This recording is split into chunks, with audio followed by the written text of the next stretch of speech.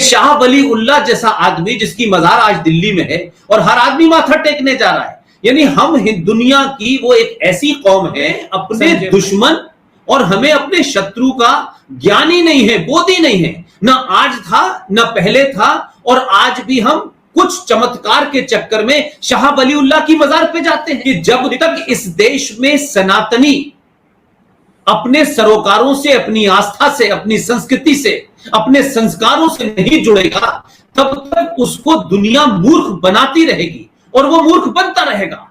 अगर इस देश को बचाना है, इस देश की संस्कृति को बचाना है, तो मैं खुल के कहता हूं कि किसी को हथियार उठाने की जरूरत नहीं है। अपने पुरुषार्थ को जगाओ, अपने इतिहास को जानो, अपने माजी को जानो, अपने सरोकारों को जानो, अपनी आस्थाओं को जानो। उनके प्रति आपका कमिटमेंट जिस दिन मजबूत हो जाएगा, गली गली, मोहल्ले मोहल्ले, सड़कों सड़कों शाहीन बाग बनने लगे। ये उस जमाने की बात बता रहा हूं कि आप 1577 का दौर समझिए। आप उस वक्त सोचिए कि जब हम सोने की चिड़िया भारत को कहते थे, तो मैं खासतौर से अवध प्रांत के इलाके के जो भी नवाब रहे हैं उनकी कारकर्दगी बता रहा हूं। और ये बाबर नामा से, और खासतौर से आप एक और किताब है जहांगीर की, तारीख सलीम शाही, उन किताबों को कोट करते हुए मैं बता रहा हूं। तो आज की जनरेशन ये समझे कि आखिर ये मसला क्या था कि भाई 1577 के अंदर हज का जो पहला कारवां गया, उस वक्त जो राजा था उसने 1.5 लाख रुपया मक्का शरीफ को भेजा।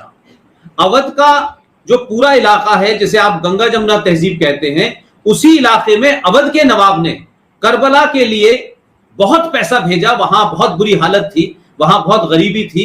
और आप सोचिए कि 1780 में नवाब हसन रजा खान, जो इसी इलाके के हुए, उन्होंने इराक में कैनाल बनवाने के लिए 5 लाख रुपया भेजा। और वो कैनाल आज भी है, और उस कैनाल का नाम है हिंदिया कैनाल। तो ऐसा नहीं था। हम जिस इस्लामिक बर्बरता की बात कर रहे हैं, लूट की बात कर रहे हैं, ये लूट के अपने घर ही नहीं ले गए। इन्होंने उस दौर में भी मक्का को, करबला को, यहां से बहुत पैसा भेजा। और आप देखिए कि नादिर शाह जब यहां आया, तो नादिर शाह ने इतनी लूट मचाई यहां पे कि जब वो वापस ईरान गया, तो उसके रिकॉर्ड बताते हैं कि 4 साल तक ईरान में किसी को टैक्स देने की जरूरत नहीं पड़ी, इतना उसने लूटा। और उसके अलावा आप देखें, शाहजहां के बारे में बता रहा हूं, जिनके बारे में बड़ी चर्चा होती है और आगरे का बार बार नाम लिया जाता है, और मोहब्बत की जो उन्होंने इमारत बनाई है वो सबको पता है। कोई आप सोचिए कि उनके दौर में इस इलाके में सूखा पड़ा और उसमें लाखों लोग मारे गए, लाखों लोग मारे गए। अब आप सोचिए कि हमने क्या किया कि शाहजहां ने उस वक्त मुमताज को 50 लाख रुपए, उनकी दोनों बेटियों को 20-20 लाख रुपए, और सूखा ग्रस्त में जो राहत का काम था उसके लिए 1 लाख रुपए, और 4 करोड़ का आपने संगे मरमर लगा करके ये कब्र बनाई अपनी महबूबा के लिए। अब आप देखिए कि अकबर के दौर की बात करता हूं। अकबर के दौर में मक्का को रिकॉर्ड में लिखा है कि 6 लाख रुपए सालाना भेजे जाते थे। जहांगीर साहब खुद लिखते हैं अपनी उस पे, जिसको तारीख सलीम शाही कहते हैं, उसमें लिखते हैं कि मेरे पिता ने पर्शिया, बुखारा और अजरबैजान में जो बच्चे 2-2, 3-3 हजार वहां थे, उनके लिए स्कॉलरशिप यहां से जाती थी। तो गंगा जमुना तहजीब का ये जो इलाका है, उस इलाके में जो आज हो रहा है वो गंगा जमुना तहजीब कमाल की है। और ऐसी गंगा जमुना तहजीब से अल्लाह बचाए कि ये वो तहजीब है कि गंगा भी हमारी, जमुना भी हमारी, और तहजीब आई है बाबर के साथ, अकबर के साथ। तो इन सब को जिस तरीके से ग्लोरीफाई किया गया, सिर्फ इसीलिए, उसकी मिसाल देखिए कि भारत में मुगल चले गए, फिर ब्रिटिशर आ गए, और ब्रिटिशर को भी मैं ये कहता हूं कि फिर भारत में ईसाई हुकूमत स्थापित हुई। लेकिन संजय भाई, आप आजाद भारत के लोगों का टेम्परामेंट देखिए कि इसका ढोल बजाते बजाते कि हम तो साथ साथ हैं, हमने तो भारत की स्वतंत्रता मिलकर लड़ाई लड़ी थी, और हमारे तो बाबा और औजाते ने क्या क्या, अंग्रेजी के वर्ड साझा विरासत।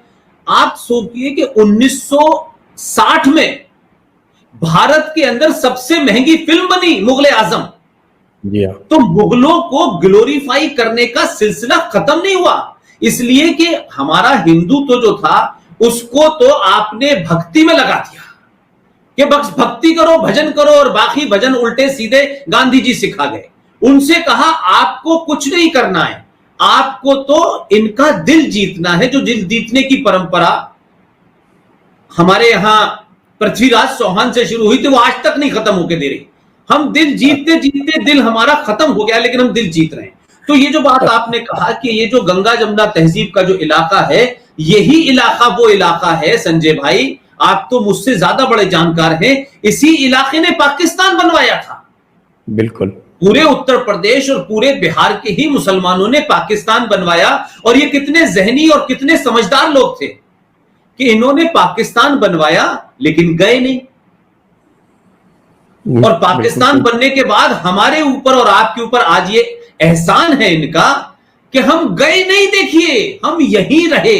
तो मैं उनसे कहता हूं तुम गए नहीं, तुमने पाकिस्तान बनवा के इसे पाकिस्तान बनाने का एजेंडा उठा रखा था।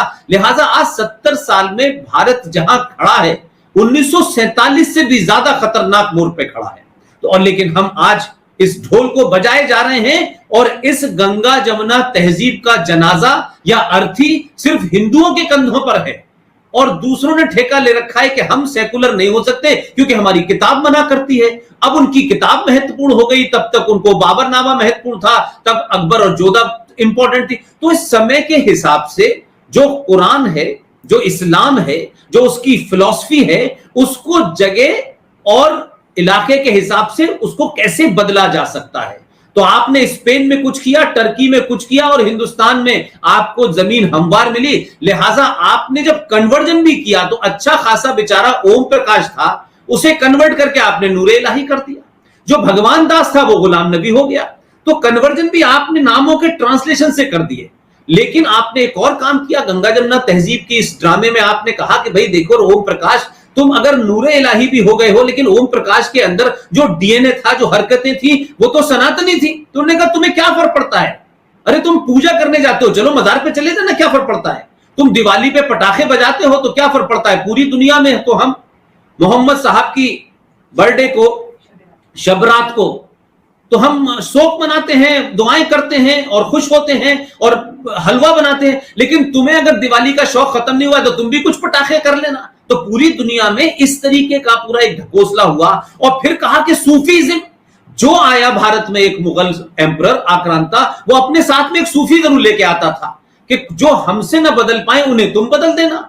तो मैं ये कह रहा हूं कि हम उन चीजों को देखें कि शाह वली उल्लाह जैसा आदमी जिसकी मजार आज दिल्ली में है और हर आदमी माथा टेकने जा रहा है, यानी हम दुनिया की वो एक ऐसी कौम है संजय भाई कि हमें अपने दुश्मन और हमें अपने शत्रु का ज्ञान ही नहीं है, बोध ही नहीं है। ना आज था, ना पहले था, और आज भी हम कुछ चमत्कार के चक्कर में शाह वली उल्लाह की मजार पे जाते हैं।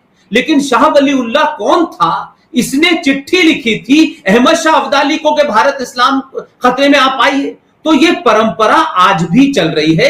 शाह वली उल्लाह भी आज जिंदा है और आज के दौर में और मेरे दौर में, आपके दौर में शाह वली उल्लाह का नाम है जफरुल इस्लाम।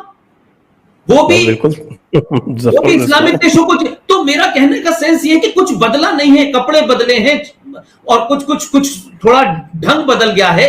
लेकिन मैं फिर एक बात कहता हूं संजय भाई कि जब तक इस देश में सनातनी अपने सरोकारों से, अपनी आस्था से, अपनी संस्कृति से, अपने संस्कारों से नहीं जुड़ेगा, तब तक उसको दुनिया मूर्ख बनाती रहेगी और वो मूर्ख बनता रहेगा। अगर इस देश को बचाना है, इस देश की संस्कृति को बचाना है, तो मैं खुल के कहता हूं कि किसी को हथियार उठाने की जरूरत नहीं है। अपने पुरुषार्थ को जगाओ, अपने इतिहास को जानो, अपने माजी को जानो, अपने सरोकारों को जानो, अपनी आस्थाओं को जानो। उनके प्रति आपका कमिटमेंट जिस दिन मजबूत हो जाएगा, गली गली, मोहल्ले मोहल्ले, सड़कों सड़कों शाहीन बाग बनने लगेंगे। ये शाहीन बाग जो बन रहे हैं, ये इसलिए नहीं बन रहे कि कोई एक राजा आ गया है और उस राजा की पॉलिसी से किसी को विरोध है। उनका डर है कि जो समाज को हमने घुट्टी पिलाई थी, जो चिलम पिलाई थी हमने इन्हें गंगा जमुना तहजीब की, वो अब धीरे धीरे इनके ऊपर से हटने लगी है। हमने सेकुलरिज्म का बुखार जो 1976 में इंदिरा गांधी ने दिया था, वो अब हटने लगा है। लिहाजा अब लोग सवाल पूछ रहे हैं कि 1976 में भारत अगर आजाद हो भी गया था और आजाद होने के बाद आपने 1976 में आपने उसमें सेकुलरिज्म को डाल भी दिया था, तो फिर ये कैसा सेकुलरिज्म था कि आपने इसी आजाद भारत के अंदर सेकुलरिज्म का नाम माइनॉरिटी कमीशन ऑफ इंडिया बना दिया, जो सबसे बड़ा झूठ है। हज कमेटी ऑफ इंडिया बना दिया, जो संवैधानिक संस्था है। आपने मुस्लिम एजुकेशन बोर्ड बना दिया, जिसे संविधान का दर्जा प्राप्त। एक गधे और एक घोड़े की तुलना करके कहते हैं कि सारे धर्म बराबर हैं और धर्म को मजहब का अल्टरनेट क्रिएट कर दिया। तो आज भी चैलेंज बदले नहीं है, इसलिए शायद आपको आरएसएन सिंह को, जीडी बख्शी को और देश भर में जितने लोग भी इन मुद्दों को उठा रहे हैं और आज का समाज सुनना चाहता है, क्योंकि आज से पहले आपके और मेरे हाथ में संचार क्रांति का कोई भी हथियार हमारे हाथ में नहीं था। अखबार आपके हाथ में नहीं था, टेलीविजन आपके हाथ में नहीं था, रेडियो आपके हाथ में नहीं था, और आप अपनी बात कहने के लिए आपको स्पेस ही नहीं मिलती थी। आप तो लेटर टू एडिटर तक में नहीं छपते थे। लेकिन आज इस संचार क्रांति ने तथ्यों के साथ, रेफरेंस के साथ लोगों को उस फ्रॉड और उस जो एक बहुत बड़ा षड्यंत्र था उसको बाहर लाने में मदद की है। इसलिए मैं मानता हूं कि गंगा जमुना तहजीब को जितनी जल्दी इस अर्थी को इसको जला करके, इसे दफना करके इसका 40वां कर दिया जाए वो ज्यादा अच्छा है।